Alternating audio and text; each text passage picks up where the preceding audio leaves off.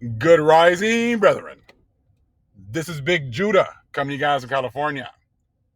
Before I begin, give all praise to Most High Yahweh. Acknowledgement to the earthly mother. Who is wisdom? Who is the Holy Spirit? Acknowledgement to Yahweh Shai. I pray the Most High blesses the lesson this evening, gives us more knowledge and understanding of the events of the past, in order to understand events that are currently happening on the earth, so we get a much better understanding of the things that are soon to come on the earth. Brethren, this video was recommended to me, one of the family members, and it had absolutely awesome, powerful information. The sister did a great job. I'll leave the link in the description box. As you can see at the bottom, the name of her channel, The Gates of Huldah. But this is paying for the sins of your forefathers. Number 4. Just going to listen to a little bit of it, but it's talking about how actually, if you look at the book right here, Slavery by Another Name, by Douglas A. Blackman, the re-enslavement of Black Americans from the Civil War to World War II. Slavery was still going on until 1941. That's what this gentleman here brings out in his book. That not until Pearl Harbor did they start to try to end slavery. On the books, it might have said one thing as far as slavery being done in the 1860s. But in practice, when they look away from, people being enslaved and they don't prosecute people, it's the same as, slavery still being, enforced or being allowed. So just listen to these first few minutes here. Just going to do this little fair use action here. We're just going to use this fair use and use this information for learning. Okay? Check this out. It's absolutely amazing. So she did a great job on this information right here. And thank you for sharing this with me and the family. That were clearly evident. And you would think that the Civil War would be the turning point for this nation, a nation trying to right its wrongs. And by that, I mean not just dismantling slavery, but doing everything in its power to make the wrongs right. That's what moral and religious people do, right? Well, listen to this from Douglas A. Blackman. He wrote a book called Slavery by Another Name. But it remained the policy of the federal government all the way until December of 1941, until 4 days after Pearl Harbor in December of 1941. It was the policy of the Department of Justice not to investigate allegations of slavery or involuntary servitude anywhere in the country, but specifically in the South. And the Department of Justice based that on a bizarre but true legal technicality, which was that slavery was not a crime in America. Slavery was unconstitutional, but Congress had never passed a criminal statute providing for a penalty for the crime of holding a person as a slave.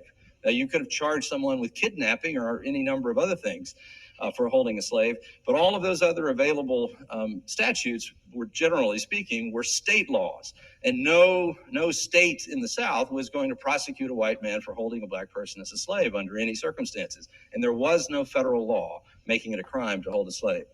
And finally, the way that this came to surface was in December of 1941, immediately after Pearl Harbor, President Roosevelt convenes the cabinet to get the government on a war footing. One of the conversations that's held at the White House, the president asks, what are our propaganda problems? Specifically, what are the Japanese going to say about us in their propaganda that will be damaging? And someone in the room, there's no record of who, but someone in the room said, well, the treatment of the Negro. We're going to be slammed on the treatment of the Negro. And the Japanese, and this happened, the Japanese are going to try to make the case to African Americans that why would you fight for this country, particularly this country that claims it is fighting for freedom of the world, Why would you, as a black man, fight? Why would you, as a black woman, sacrifice in some way for this war being fought to defend a country that oppresses you and that continues to oppress you in such cruel ways? Roosevelt realized, okay, that's a problem. That's a propaganda problem. So now there's a whole lot to unpack right there. See, this just proves that all of these other nations know about the treatment of the Most High's chosen people, but they all choose to turn a blind eye because they're all Confederate against our people until it's convenient.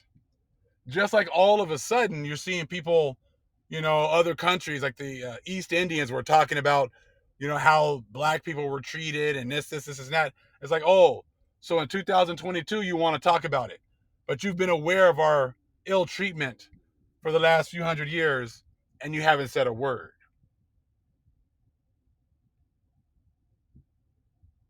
You see, this all goes back to Matthew 25 and the sheep and the goats. When Yahushua says, when you saw me naked, when you saw me hungry, when you saw me needing, water, when you see me in these destitute situations, you came and you helped me. And the whole world's going to say, when did we see you like this?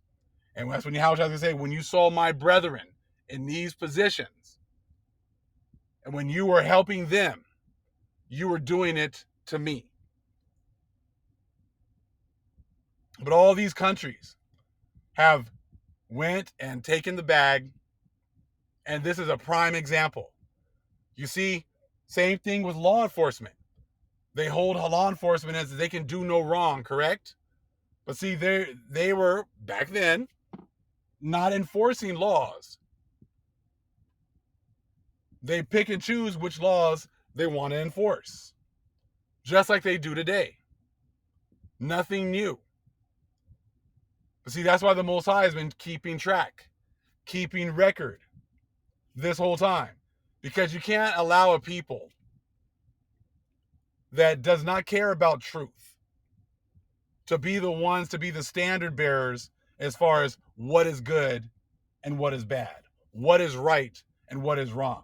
If they're willing to allow slavery and they conveniently just don't make up any laws to make it illegal, they do that on purpose so that then they can go ahead and continue with their practices of enslaving our people for another 80 years.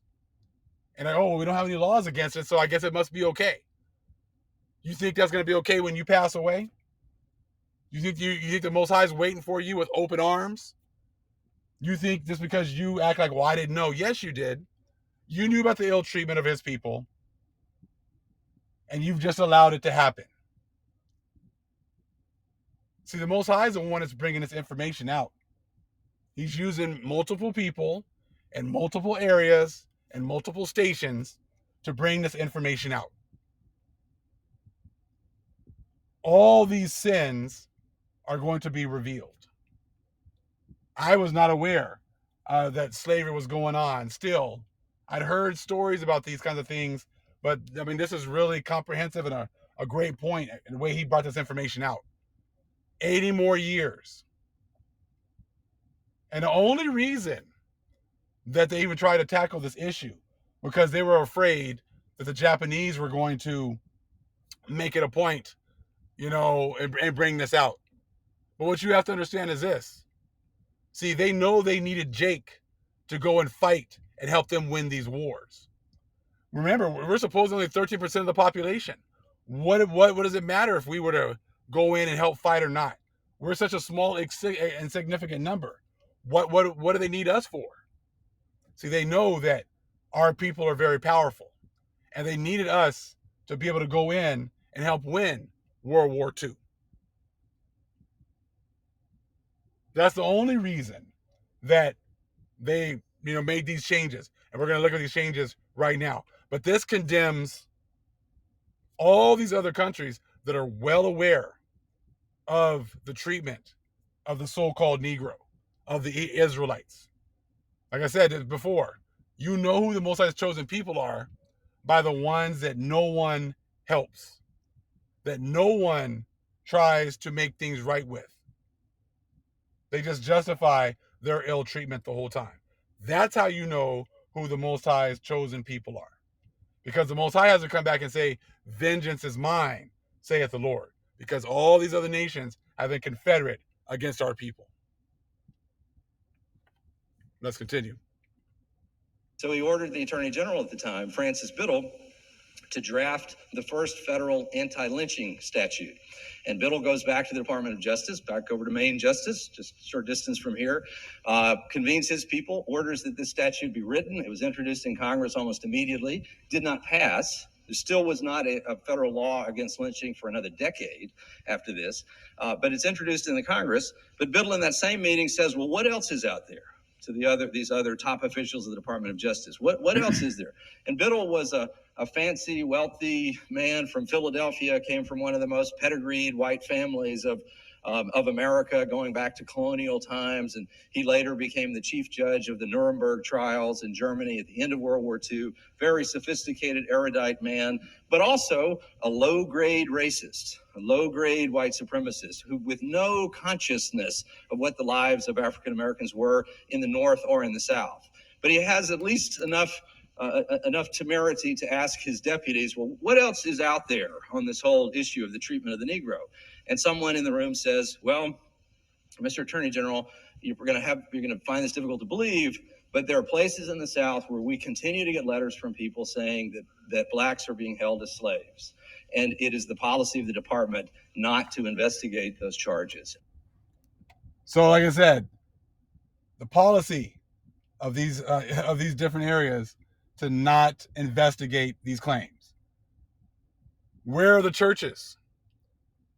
See, this just damns the churches because they are well aware of these situations. This damns government. This damns our justice system. They are all aware that this was still going on, and all of these different areas, all these different groups, just said, "Hey, we don't investigate that."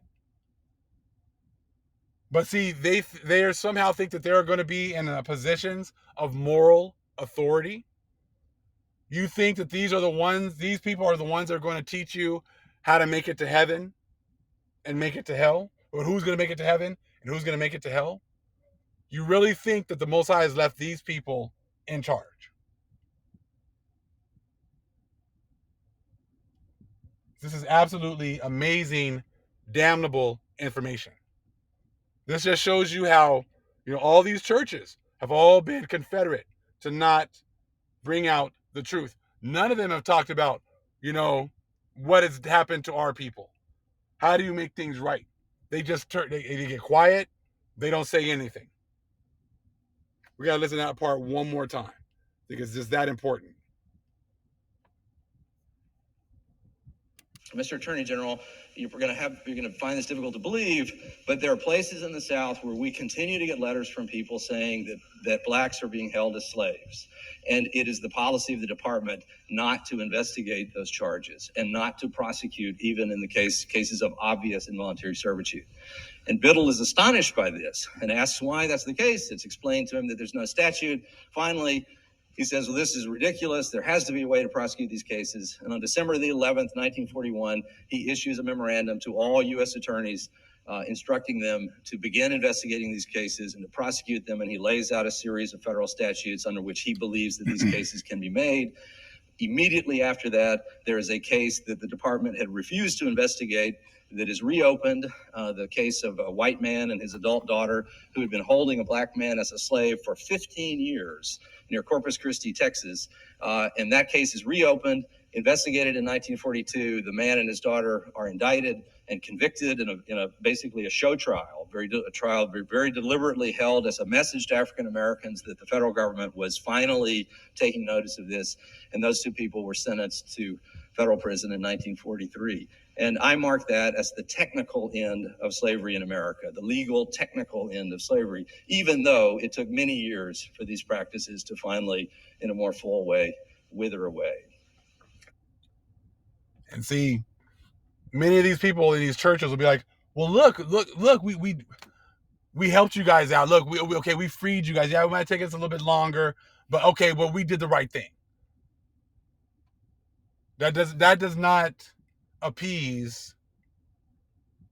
That is not it does not absolve you from your responsibility in this whole mess. This is why society is collapsing. When you had the opportunity to do the right thing, you refused. When you had the opportunity and you saw our people still being enslaved, when you knew it was wrong, you turned a blind eye. This is why you see everything getting worse and worse day by day.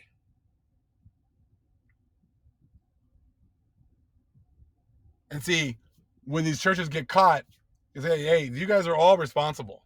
You're all culpable because you knew it was happening. All you churches in the South were well aware.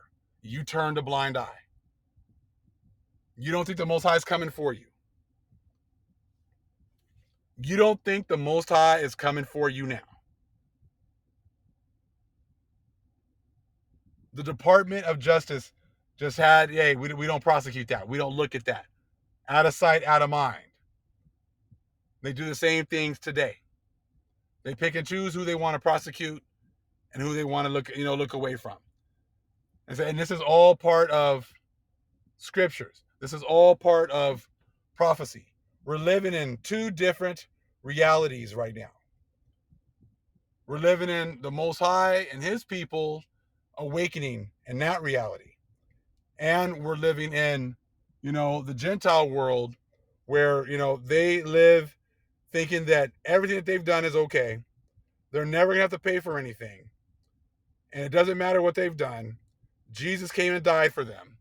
So people are still talking about the things that Jesus came and died for, but they refuse to look at all of these horrible events and things that these churches are responsible for.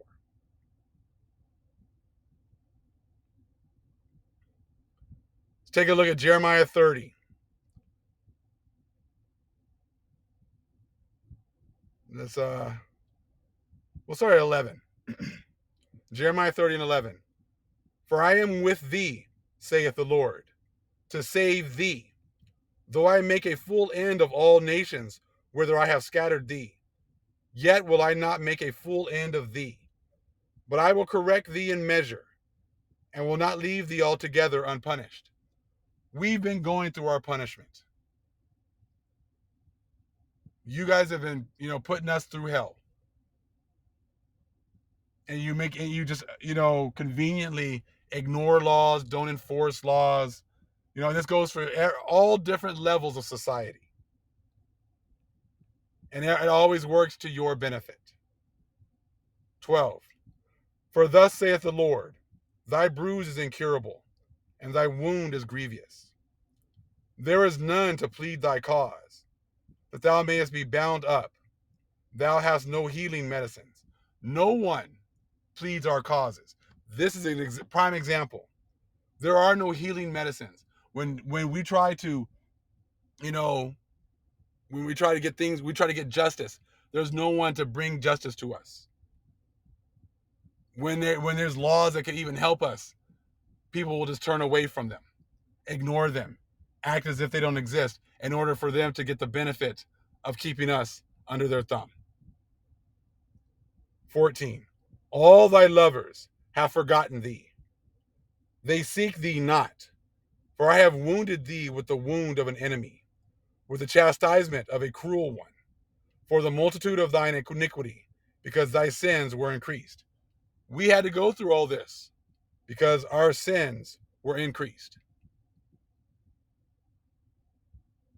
All of our lovers, all these other countries said, hey, come hang out with us. We're all equal. We can work together. We can enjoy this blessing together. They've all forgotten us.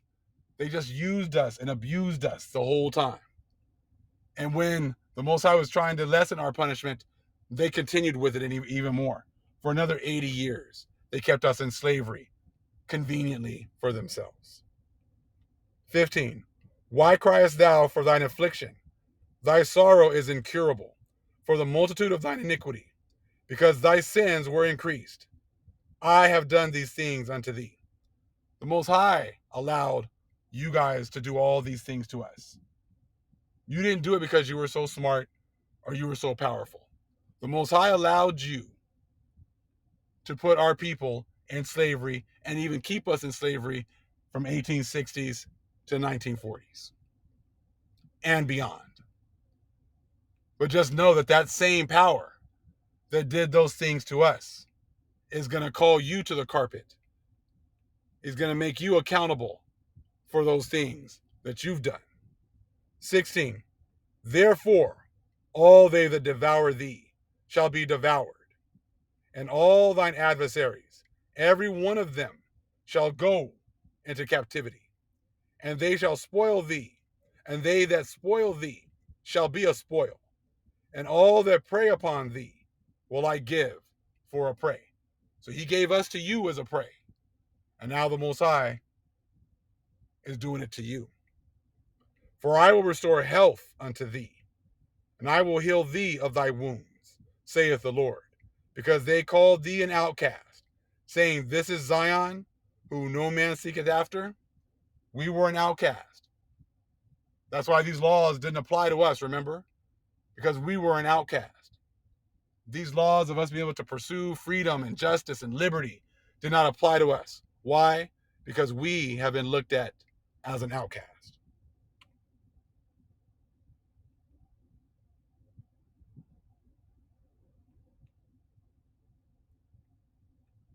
All praise the Most High Yahweh. Acknowledgement to the earthly mother. Who is wisdom? Who is the Holy Spirit? Acknowledgement to Yahweh Shai. Shalom.